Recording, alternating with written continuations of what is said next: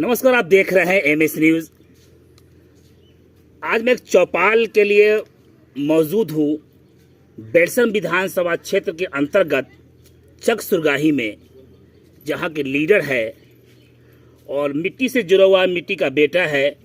इनका एक अभियान चल रहा है घर घर हाजिरी। तो आप समझ गए होंगे मैं किनके बारे में बात करना चाह रहा हूँ।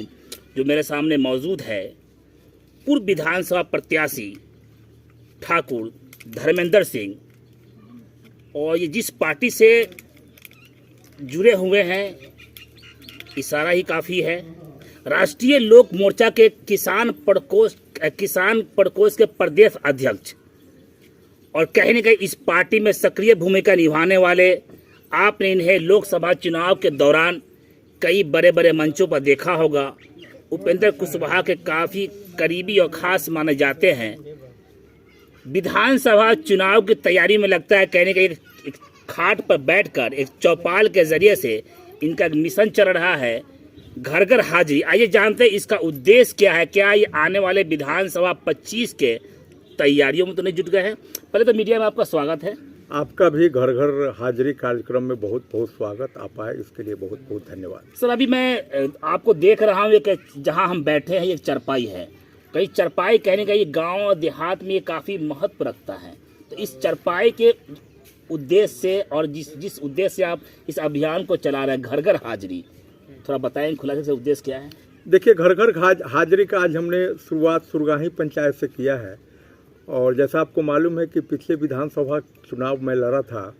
12-13 दिन के चुनाव में मुझे मौका भी नहीं मिल सका कि बेलसम विधानसभा क्षेत्र के प्रत्येक दरवाजे पर जाकर अपनी बात और अपनी व्यथा कह सकूं। और दुर्भाग्य से इस गांव में मैं आ भी नहीं सका था। इस चक सुरगाही पंचायत हमसे बिल्कुल छूट गया था जनसंपर्क में। फिर भी यहाँ के लोगों ने बिना सोचे समझे, बिना देखे हुए, बिना हमारे आए हुए मतदान करने का काम किया था। तो हमने आज यहीं से शुरू किया उस अभियान का कि जब हम आए भी नहीं थे 12 दिन के चुनाव में, हमको मौका भी नहीं मिला था चक सुरगाही आने का।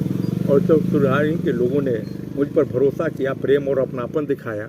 तो मैं चलकर लोगों से वहाँ पर मंत्रणा करता हूँ कि बेलसम की खोई हुई प्रतिष्ठा को कैसे बचाया जा सके और जो पहचान हमारी मिट रही है हम उसको कैसे जीवंत और ज्वलंत कर सके। इन मुद्दा पर हम निकले।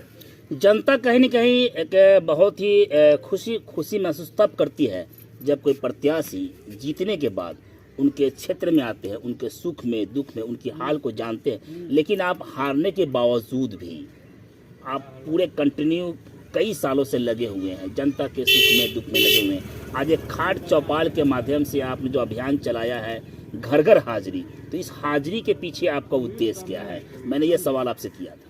देखिए, चुनाव में मुझे जो मत मिले, तीसरे स्थान पर मैं था। बेलसम विधानसभा क्षेत्र के लोगों ने सम्मानजनक वोट दिया। लेकिन मुझे एक बात का गरूर जरूर है कि जब मैं सीतामढ़ी काउंटिंग हॉल से निकला था तो हार की जुलूस जो जितनी बड़ी मेरी थी, यानी जो लोग वोट नहीं दे सकते, जो लोग मुझे नहीं समझ पाए थे, जो बेलसम के मेरे इस अभियान को नहीं समझ पाए थे, उन लोग अफसोस जाहिर करने आए थे।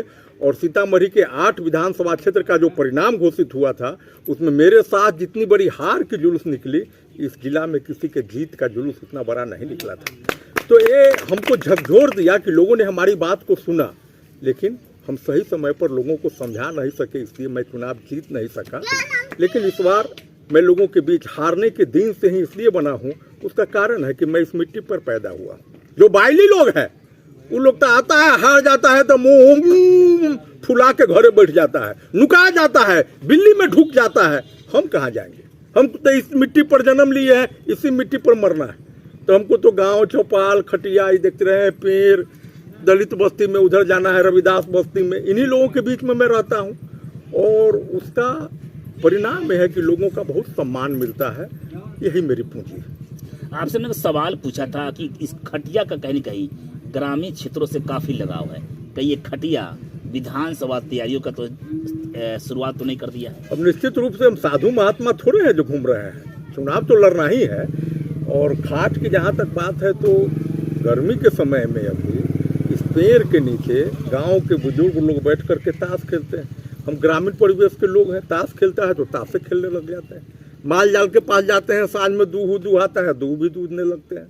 तुम तो जहाँ जिस रूप में जाते हैं लोग डिस्टर्ब नहीं हो, अपना जो काम कर रहे हैं या ताश खेल करके जो धूप के समय में एक सामाजिक परिवेश में जिसको कहते हैं टाइम पास, वो है, उसी में अपनी बात को लोगों को बीच में कह देते हैं। अब हम बुलाएंगे, हम तो बड़े आदमी नहीं है कि बुलाएंगे या लोग मेरे पास आएगा, हम लोगों के पास जाते हैं। इसलिए इस खाट और चौपाल का उद्देश्य है, इसी में बेलसंड की अस्मिता की बात होती है, बेलसंड की खोई हुई प्रतिष्ठा को कैसे वापस किया जाए इसकी बात होती है, बेलसंड के अस्तित्व की बात होती है, और लोग समझ रहे हैं। बहरहाल ये मुद्दे की बात है, खटिया कहने की आपके लिए शुभ है। बिल्कुल, खटिया तो पौराणिक चीज है, हम लोगों को सुतिए, बैठिए, खाइए, औंधी लगने लगे तो सो जाइए। लोकसभा का चुनाव अभी खत्म हुआ है, उसकी गर्माहट अभी कंप्लीट भी नहीं हुई है कि आपने विधानसभा की तैयारियों के लिए आप जुट गए हैं। तो आपकी पार्टी एनडीए पार्टी है, एनडीए के साथ ज्वाइंट है आपको, तो क्या लगता है कि एनडीए का सीट यहाँ रहेगा? देखिए, निश्चित रूप से जो पिछला चुनाव हमने लड़ा था उपेंद्र कुशवाहा जी के, उस समय राष्ट्रीय लोक समता पार्टी थी, और जो मुझे वोट आए वो एनडीए नेताओं के लिए अध्ययन का विषय है, और उस पर अध्ययन अगर बड़े नेता लोग करेंगे, मुझे नेतृत्व पर मुझे भरोसा है, और उस वोट का अगर अध्ययन लोगों ने किया तो निश्चित रूप से मौका मुझे ही मिलेगा, ऐसा मेरा विश्वास है। एक आपने भी न्यूज़ देखा होगा, उपेंद्र कुशवाहा जिस तरह से अपने सीट को नहीं बचा पाए, तो क्या लगता है कि ठाकुर धर्मेंद्र सिंह के नाम पर मोहर लगेगा? देखिए, उपेंद्र कुशवाहा जी कई प्रकार के चुनौतियों से घिर गए, उनका अभिमन्यु बद्ध हुआ है। भारतीय जनता पार्टी जो एनडीए का सबसे शीर्ष नेतृत्व है, उनके संज्ञान में एक एक विषय है, और आप जल्द ही देखेंगे कि उपेंद्र कुशवाहा जी को बड़ा सम्मान एनडीए की ओर से मिलने जा रहा है। इससे उनके हार से न तो हमारे नेता उपेंद्र कुशवाहा हतोत्साहित है और न हम लोग हतोत्साहित है। और ये शिवहर सीतामढ़ी तो हमारे पार्टी का गर्व है, यहाँ तो उपेंद्र कुशवाहा का जलवा है, बोलवाला है। और विपरीत से विपरीत परिस्थिति में भी हम लोगों ने पिछले विधानसभा के चुनाव में बिहार के राजनीति में अलग से हस्तक्षेप करके प्रभावित करने का काम किया। आप इस जिले में 4 सीट पर हमारी पार्टी लड़ी थी। बेलसंड में आपने देखा था कि मैंने बाजा बजा दिया, यहाँ पर बेलसंड के लोगों ने आगे चार कर करके बाजा बजा दिया, और उसके बाद में जो अन्य 3 जगह पर है, सब जगह पर पार्टी को सम्मानपूर्वक वोट आया है। तो ये तो घर है उपेंद्र कुशवाहा का। एक आपका और बड़ा ही मुख्य अभियान है, मुख्य नारा है, अपन माटी अपन बेटा, क्या है वो साहब? नहीं, एक सामाजिक संगठन है अपन माटी अपन लोग। उस बैनर पर हमने सबसे पहले बेलसंड नगर पंचायत और उसके आसपास के गांव के जो लोग थे, ओरिगा मिल से जो काला पानी, प्रदूषित पानी छोड़े जाते थे, उससे तबाही थे, और कोई जनप्रतिनिधि बोलने के लिए सब में 60 गांठ कर करके ढुआ कमाने के चॉकलेट करता रहता था लोग।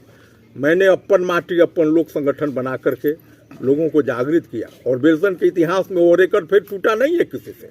10,000 लोगों का प्रदर्शन अपन माटी अपन लोग के बैनर तले बेलसंड के अनुमंडल कार्यालय पर हुआ था। उस रिकॉर्ड को भविष्य में तोड़ेंगे, लोगों का प्यार से नहीं रहा तो हम ही तोड़ेंगे।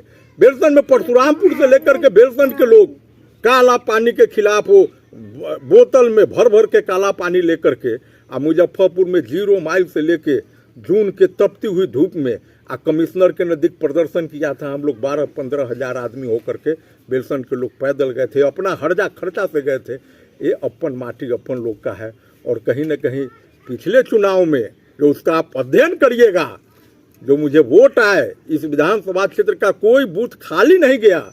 मैं जिस गांव में नहीं जा सका, चकसुरगाही जैसे, वहाँ के लोगों ने भी मेरे नाम सुन करके और जो पहले का संबंध था उस आधार पर विश्वास जताया था। हमारा कोई संगठन नहीं था यहाँ, फिर भी बेलसंड के 22,000 लोगों का आशीर्वाद प्राप्त हुआ। अपन माटी अपन लोग का देन है। अपन माटी अपन लोग बाइली दादागिरी का विरोध करता है। एक सवाल मैं आपसे, आपने गर्मी की बात कही है, तो जून का धून, ये चुनावी धून कह लीजिए, तपिश धूप में लोग अपने एसीओ में, घरों में बैठे होते हैं, लेकिन आप सड़कों पर उतर गए हैं। अभी हमने कुछ लोगों से यहाँ से मैंने बात किया, उनका कहना यह था कि हमारे घर में कोई बीमार होते हैं या किसी को आँख का प्रॉब्लम होता है, तो आपका एक आइस हॉस्पिटल है, वहाँ पे फ्री सेवा आप देते हैं विधानसभा के क्षेत्रवासियों।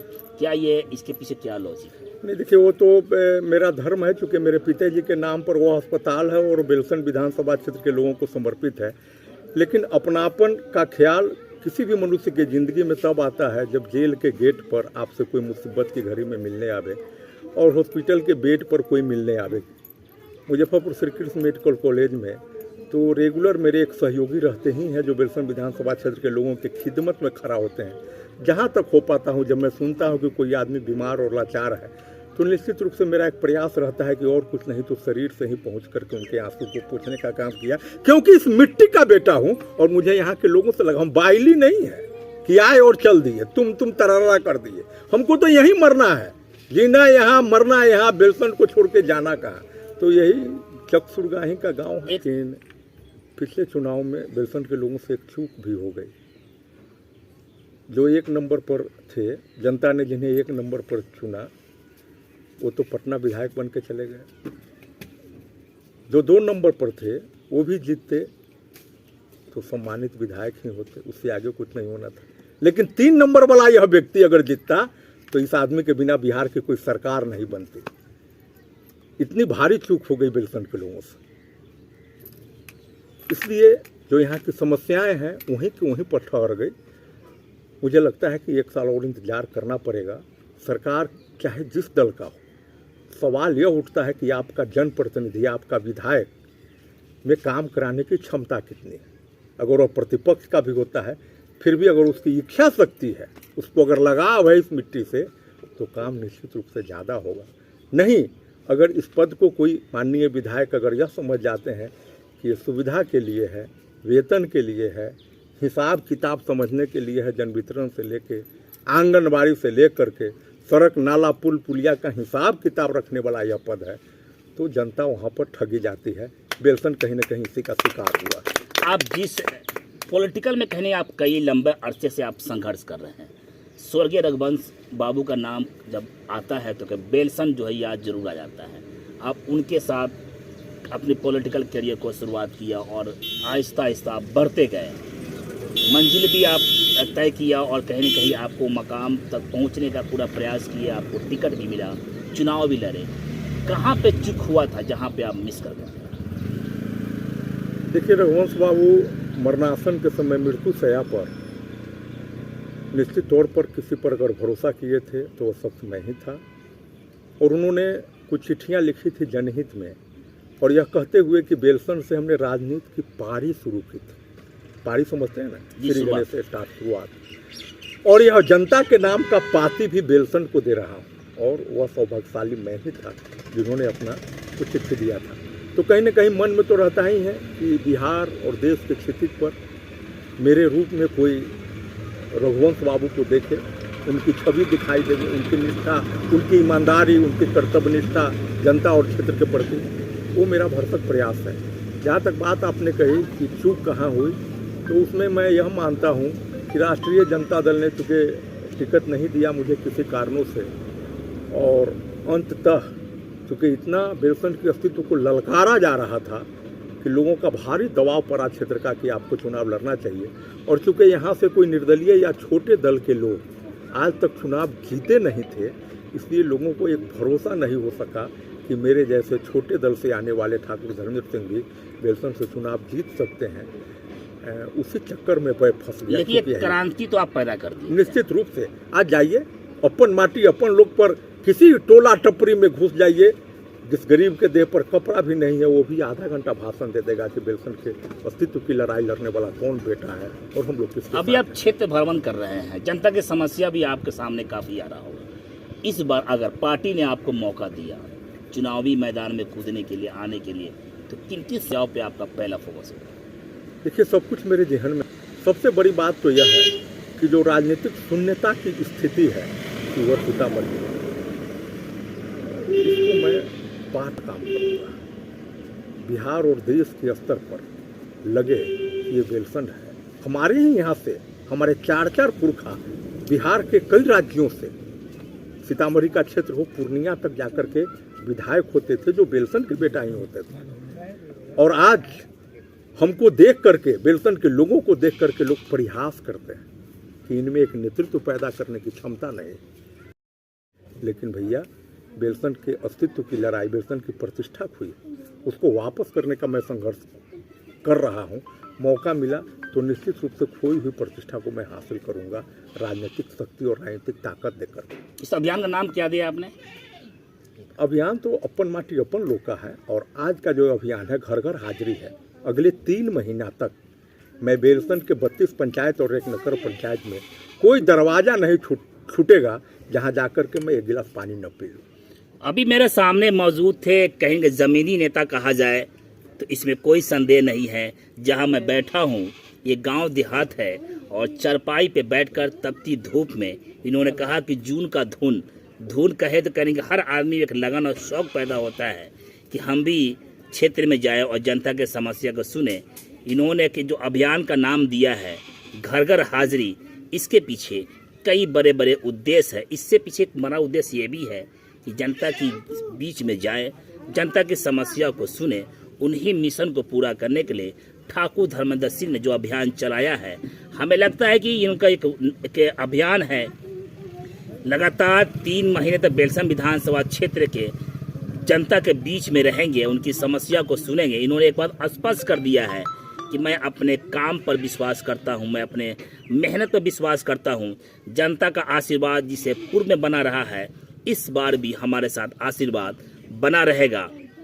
पार्टी मेरे काम से प्रभावित होकर हमें लगता है कि वो सोचने पर मजबूर होंगे और मुझे टिकट हर हाल में देंगे। बहरहाल ये मामला बड़ा दिलचस्प हो गया है। विधानसभा के चुनाव की सुगबुगाहट कहीं न कहीं अभी से ही शुरू हो गया है।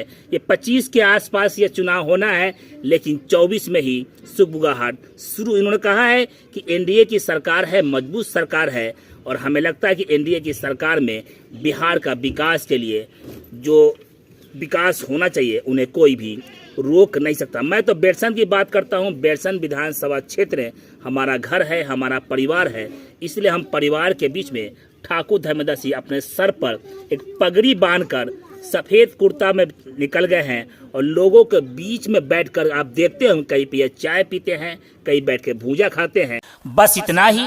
छोटी बड़ी खबरों के लिए आप MH न्यूज़ चैनल को सब्सक्राइब करें, लाइक करें, शेयर करें। अगर आप इस न्यूज़ को फेसबुक के माध्यम से देखना चाहते हैं तो आप हमारे पेज को लाइक ज़रूर करें और अच्छा लगे तो हमें कमेंट का सुझाव जरूर दें। हम आपके सुझाव का भी स्वागत करेंगे। धन्यवाद।